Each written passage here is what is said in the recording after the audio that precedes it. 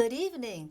This is Community Unity Now, a show that was founded by Reverend Catherine Brown D. Tycoon.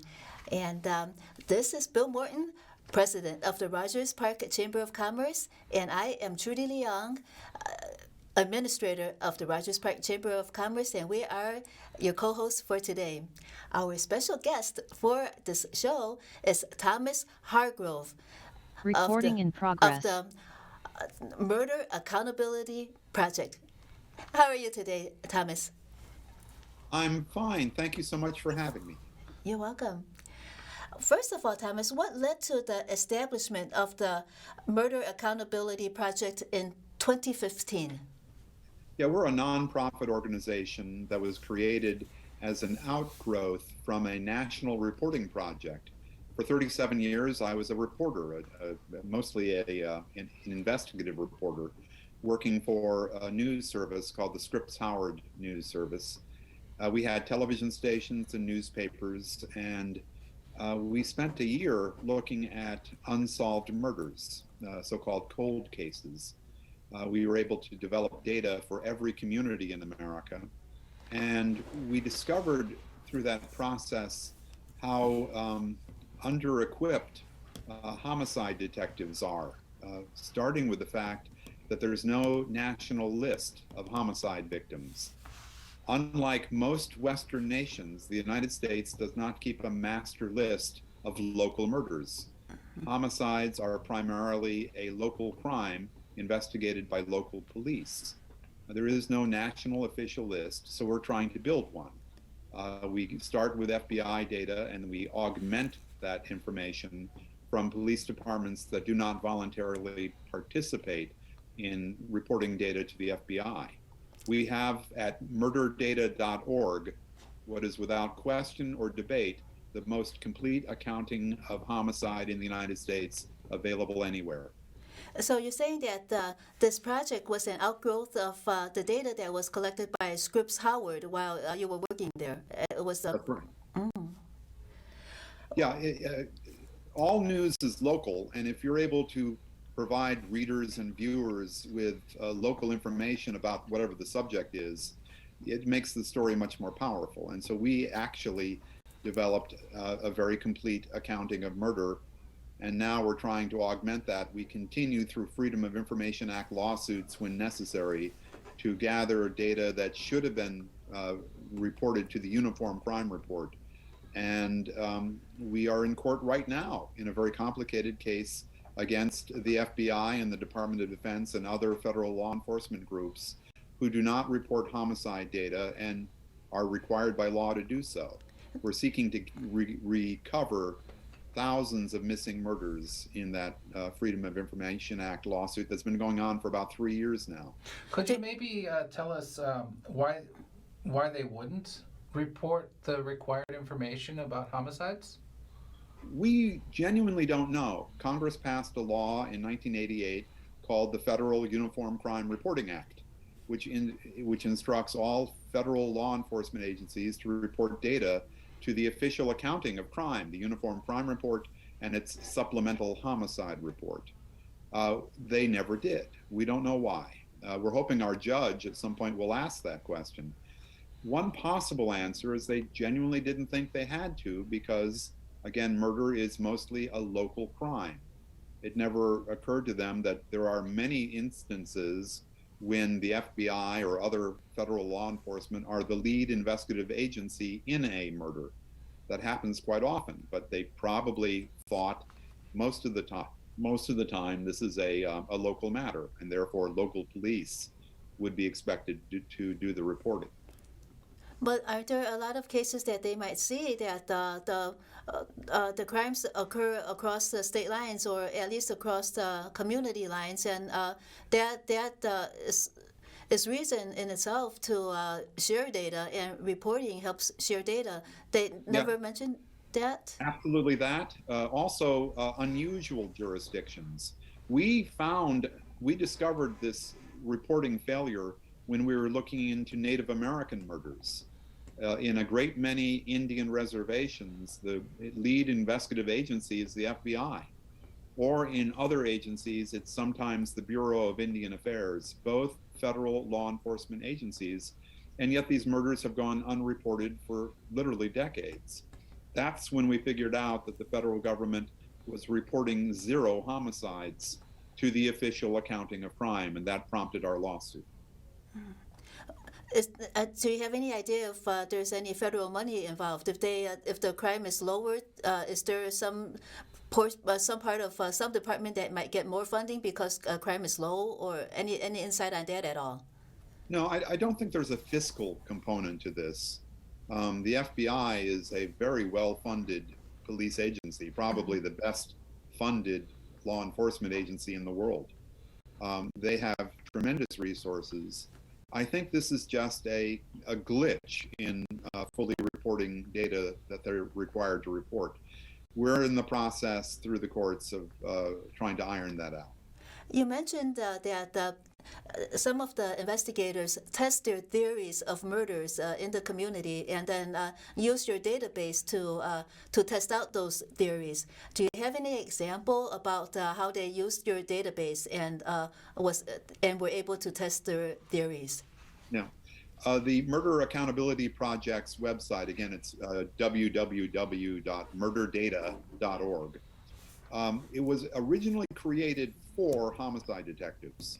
That was our target audience. But we make it available to everyone, and anyone anywhere in the world can call up the particulars about a particular murder. We find that police departments increasingly are using our data for all kinds of purposes. Supervisors are able to identify what are the hard to solve cases in their community, where they might need to assign more resources or get better training. We find that individual homicide detectives can look up individual records of murders that may be of interest when they have a suspect who may have committed more than one crime. If they're looking at a suspect who's killed somebody, and to his bones, the investigator believes this is not this guy's first rodeo. It's possible to use our data site to identify murders that might match the suspect's MO. In the case of Cleveland, in Cleveland, Ohio, our algorithm that looks for possibly connected homicides, we found a very large group of possibly connected homicides of women in Cleveland, and the Cleveland Police Department put together a small task force to look into those cases. They were not able to prove serial murder in those cases, but they were able to clear one homicide as a result of that review, which we think is a very positive thing. There were some suspects that both police and we believe are probably serial killers, but we were not able to prove it. But no, police are using our data daily. They are the primary target audience for our website, but anyone can use it. In fact, we encourage everyone to go to murderdata.org, look up the clearance rates in their community. If they don't like what they see, we hope that they'll have a conversation with their mayor, with their city council member, with their neighborhood association president. In a great many police jurisdictions in America, the clearance rate is dropping, so that in many places, a majority of murders go unsolved. And we're hoping that public action can help bring the police the necessary resources to turn that around. Mm-hmm. In other words, the voters have to vote in someone to actually do a better job, to lead and do a better job in getting the clearance rate up. Yes. We believe that this is primarily a resource problem, that insufficient manpower, person power is available to solve these cases. We just had a horrendous experience last year where we had a big leap in the number of homicides committed in the United States, a 30% increase in a single year. That's never happened before. At the same time, we hit a brand new low. Only 54% of all homicides committed last year were cleared meaning someone was arrested for that crime. That's a new low. In fact, we're getting very close to being the only democratic nation in the Western world where most murders go unsolved. We never want to hit that level, but it's possible because the curve is nothing but downward. And this is a resource problem. There aren't enough detectives, there aren't enough trained technicians, there are not enough laboratory technicians, there's not enough of everything necessary for the very labor-intensive task of solving a homicide. Your database should help a lot. There's a supplementary homicide report. So, what does the supplementary homicide report supplement? The Uniform Crime Report. So, Okay. the Uniform Crime Report was created by an act of Congress in 1930, which was simply a body count. In every jurisdiction, how many homicides have you had? How many armed robberies? How many sexual assaults? How many aggravated assaults? It was a simple count of how many of each crime occurred each year, and also how many of those cases were cleared by arrest. So they would count the occurrence of a crime and the clearance rate of a crime. In around 1950, the police chiefs of the United States decided they wanted to know more about our worst crime, which is homicide.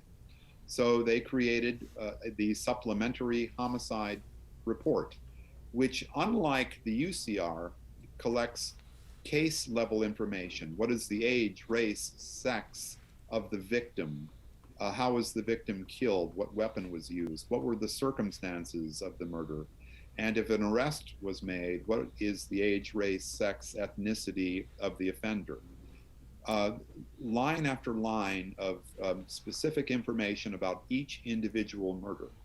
It's that information that we're augmenting and making available to police detectives, because that's very valuable information. It originally was intended to be a tool for scholarship, but we found that the Supplementary Homicide Report is a very valuable investigative tool. And so we're trying to make it mandatory. The UCR has always been a voluntary program. Police don't have to report to the FBI. Entire states do not report to the FBI. We come along and try, through Freedom of Information Act requests, to make that reporting mandatory. That if the police don't want to voluntarily give information to the FBI, they'll have to, by court order, give that information to us. So they might as well go ahead and report to the FBI, which is all we want them to do anyway. We've convinced several police agencies to resume reporting that they had stopped. We convinced the entire District of Columbia to resume reporting full information to the FBI. We exist to try to improve the accounting of homicides. And for like every specific case, the supplementary homicide report is actually able to correlate with the UCR for case by case as well, right? Yeah, the UCR is just a count of how many murders occurred in a jurisdiction. Okay. What the SHR gives us is the details of each individual murder. And those details are searchable, and we make them as easily searchable as we know how to do. You go to our website, murderdata.org, you go to search cases, and you're exploring the data that was reported or that we acquired independently of the FBI. We now have 33,000 murders that were never reported to the FBI. You can search those cases at our website at the Search Cases tab. So do you have any kind of like case studies, examples of like a cold case that was solved, or maybe someone who was, murdered because they were poor or marginalized or had no ties with friends or family? Yeah, so we have the case in Ohio that was cleared as a result of a review conducted by the police department. We have an ongoing case in Chicago. We are confident that there are 51 homicides of women that have an elevated probability of having been committed by serial killers. There's a kind of magic to carefully counting things, and when you carefully count homicide, you start to see patterns that often go overlooked. For more than 2 years, we've been telling anyone who would listen that there are active serial killers in the Windy City, that they have been targeting mostly African American women, mostly on the west and south sides of Chicago. You can read quite a bit about this at our website. The Chicago Police Department has taken the issue seriously. They have conducted a special review in partnership with the FBI.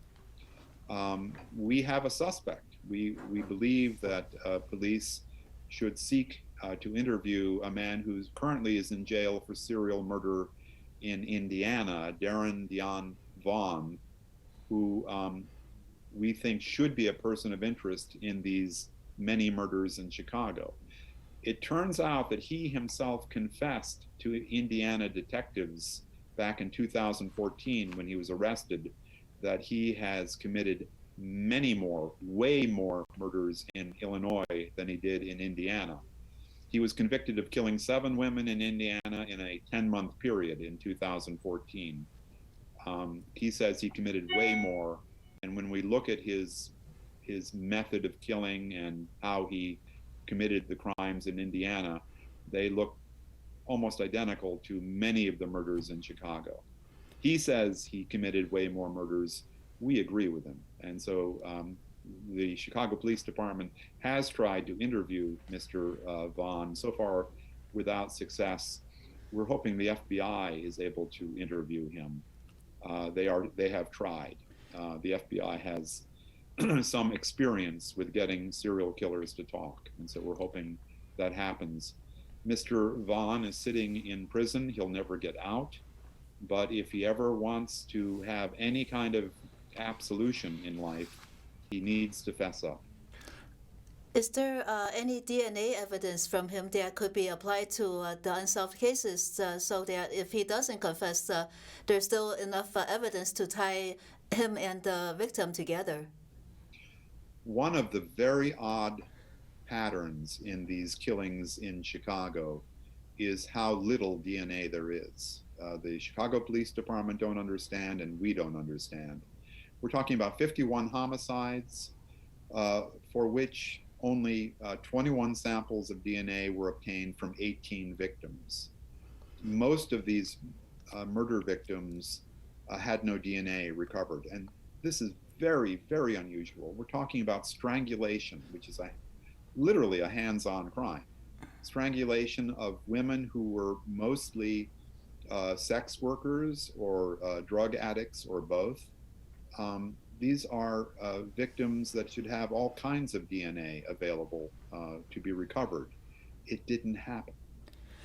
It is not unknown in the FBI that serial killers don't necessarily have sex with their victims. They get their joy from the act of murder, and so it is not unusual for there to be no DNA in a serial murder. It definitely happens.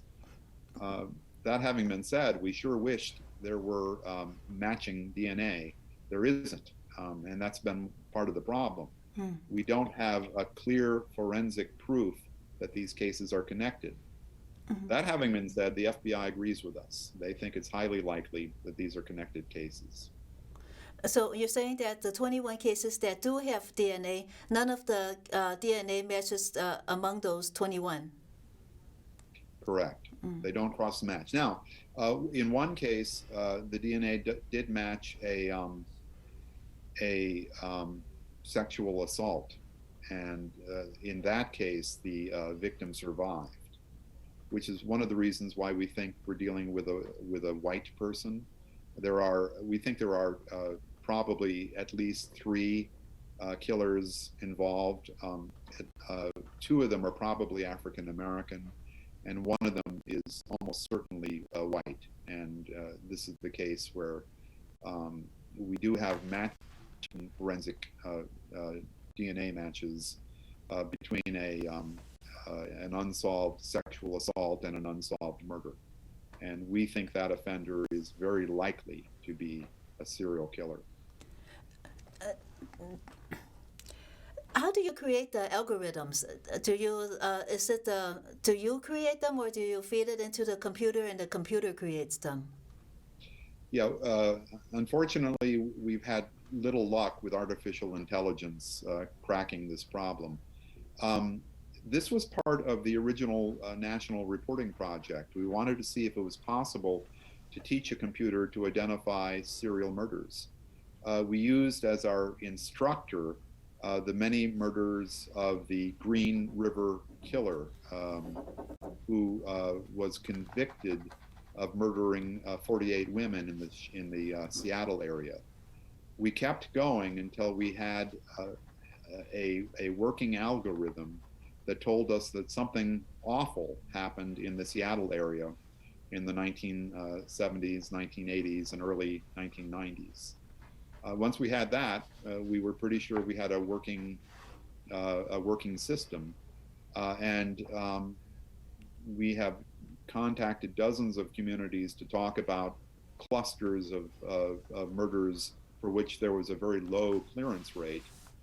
In many cases, these were already well-known serial killers who were apprehended. In other cases, these were not known killers, and the cases were not connected. The algorithm detected some of the original work of Mr. Vaughn in Gary, Indiana.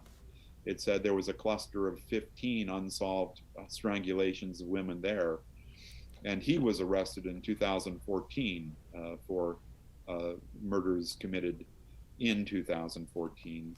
We think the algorithm's detection were some of his cases as well.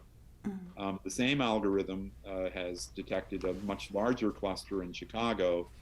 It is quite possible that some of those killings are also Mr. Vaughn's work. For our Rogers Park neighborhood, there are two killings, and that happened about 3 years ago.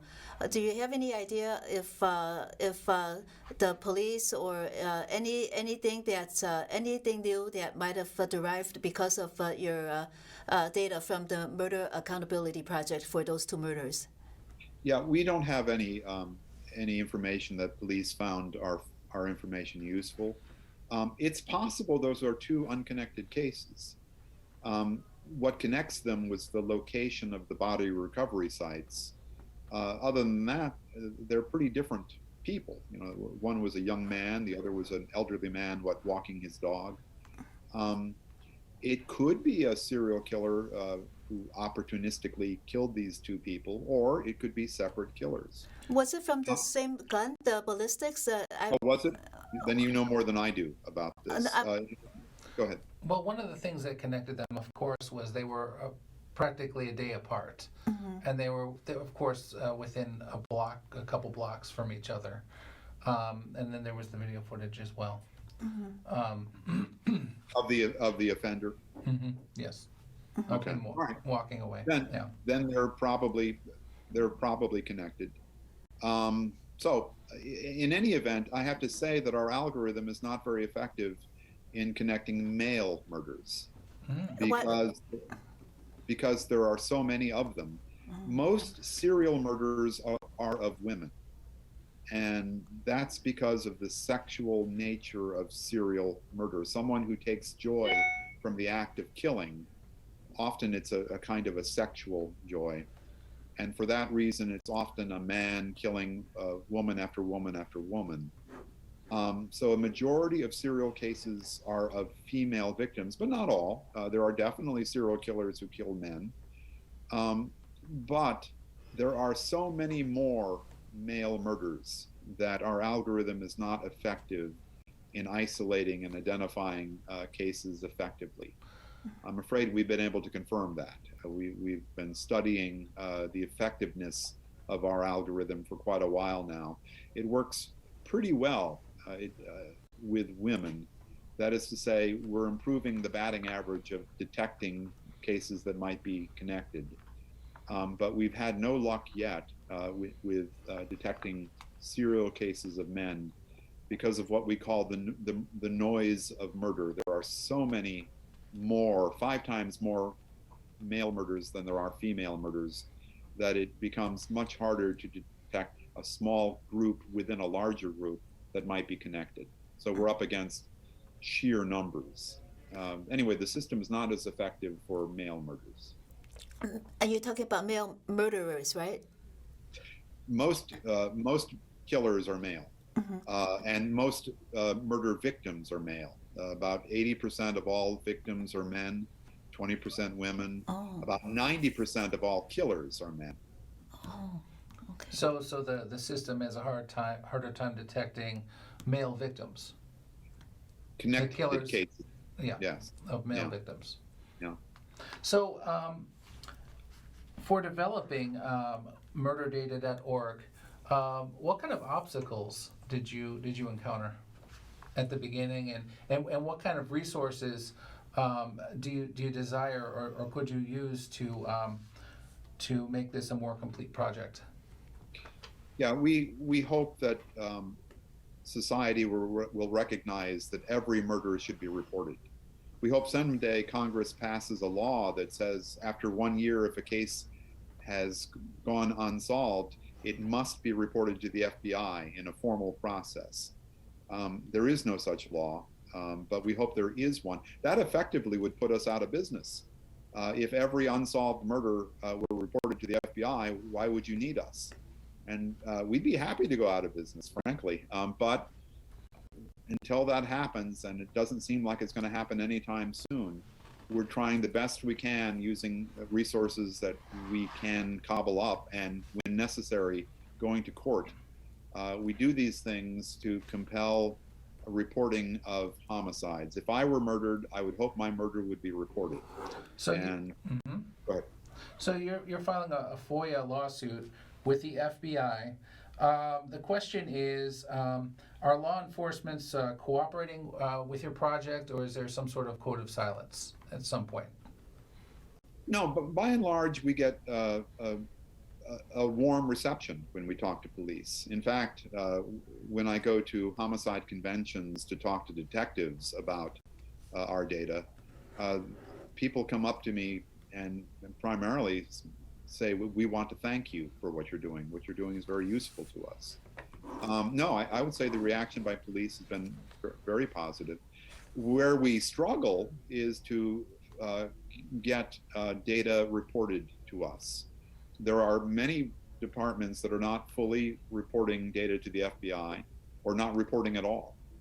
Well, And in fact, we had to... Thomas Hargrove of the Murder Accountability Project. There is so much more to discuss, but thank you so much for joining us on Community Unity Now.